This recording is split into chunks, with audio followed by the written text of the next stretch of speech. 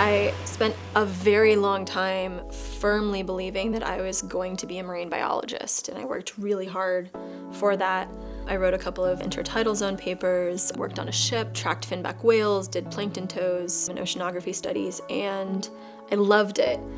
But there's a long story involving a kind of iconic sea captain who made me realize that the life I wanted and that career path were not the same thing.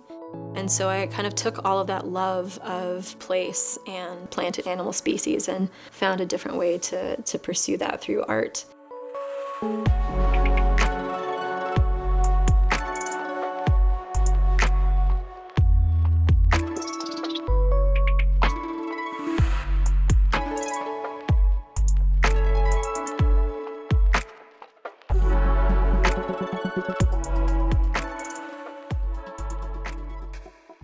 I've been really fortunate to live and work in a lot of different places. I grew up in Washington, D.C. I went to college in Portland, Oregon, and interrupted that to move to London and then Chicago twice, actually. Also lived and worked in rural Alaska, California, and then New York City. And then COVID happened.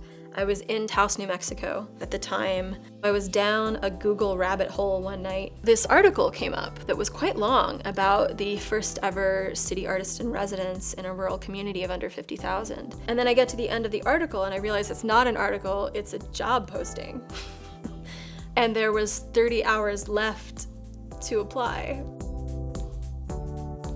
Got it in at the very last minute and then was really fortunate to be selected as the final artist. So I moved to Granite for an initial 12-month contract that was extended to 13 and then stayed.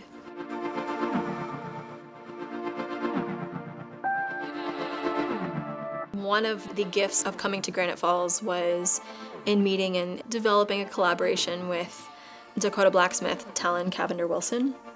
We're now actually officially a collaborative called Irises and Iron. So we did this show called Chapters, which just finished a statewide tour of Minnesota. We're exploring what the idea of a place is from the perspective of two artists with completely different relationships to that place, completely different cultural backgrounds, and completely different mediums. We were trying to figure out how to make something look like it had been preserved in time. And in my youthful hubris, I was like, oh, you know what looks really, really static and timeless is things that are preserved in glass, which is hard to do without the proper equipment. So I'll just figure out how to cast resin. And that turned into a, 4-year learning experience.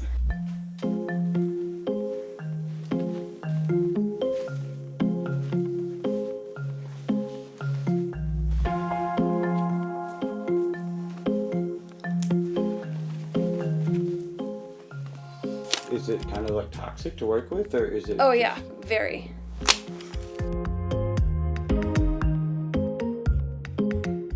Resin casting is not easy and requires a lot of mastery of craft and safety equipment and understanding of chemical reactions. I normally wear a gas mask for this part.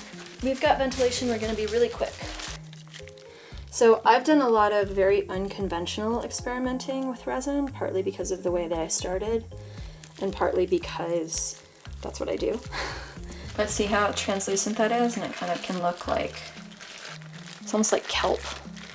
Sculpting with resin like this isn't something I've seen done very much. If anyone has, message me. One of the ways I actually originally experimented with just getting my craft down was in creating and then casting in molds, and realized actually these would be really cool as jewelry pieces. I would want to wear a piece of a preserved plant from my garden. And that was the first batch of Dar Prados jewelry.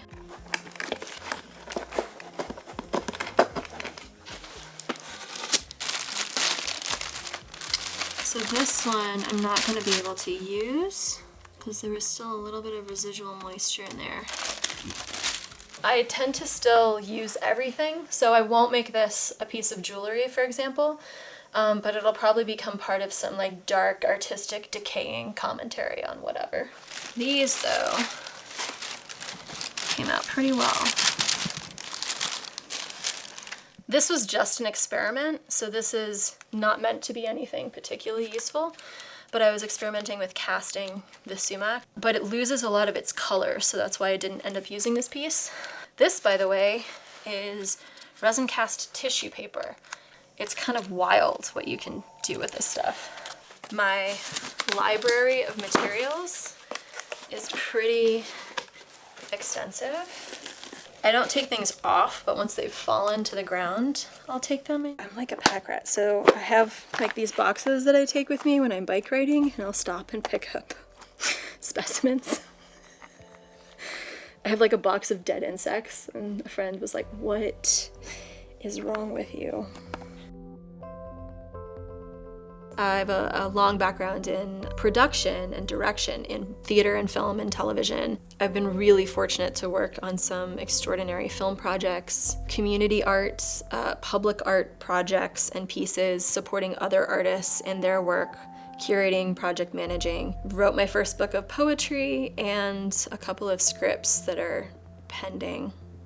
The unifying features of my art all generally have to do with storytelling or community building in some way, connecting people to people or people to land. I did a show recently on grief called Letters to the Lost. So I have these postcards that to my lost, and you can fill it in. It was a crowdsourced piece. Everyone would fill in their own to my lost self, to my lost home, to my lost person. And then I did 5 large-scale pieces of my own responding to different elements. And so my father had passed away soon before, and so I kind of created this sculpture of his. He wore this every day for like 40 years.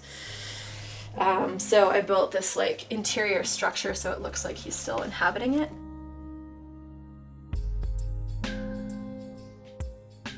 I lost my grandmother when I was just 18. She was hugely formative for me. There's a saying that's very common, right? You should always leave the world better than you found it. But she used to say you should always leave people better than you found them. So even someone you'll never see again, someone kind enough to be packing up your groceries, how can you make their day better by just like taking a moment to really see them? So I think that's something that I try to practice.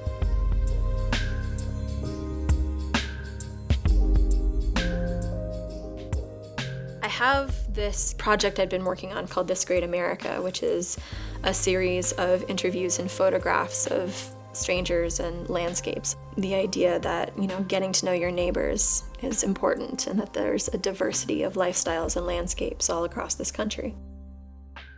More recently, I've actually started to experiment with different versions of the final product, kind of create these different layers of meaning on the image. This is a standard Glissy print. It's an archival print of a photograph that I took in New Orleans, actually. It's called Happy Hour.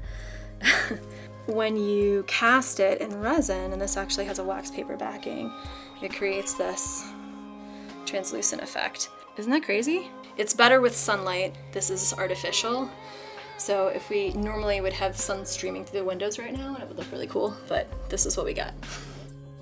At this stage in my career, I consider different mediums, different tools in a toolkit that I'm creating, and so they're all different ways of solving a problem. And so if a new problem comes up that I don't already have a tool for, I'll go learn a new medium to solve that particular problem. Like most things that came out of like, oh, that's a crazy idea, I wonder what if.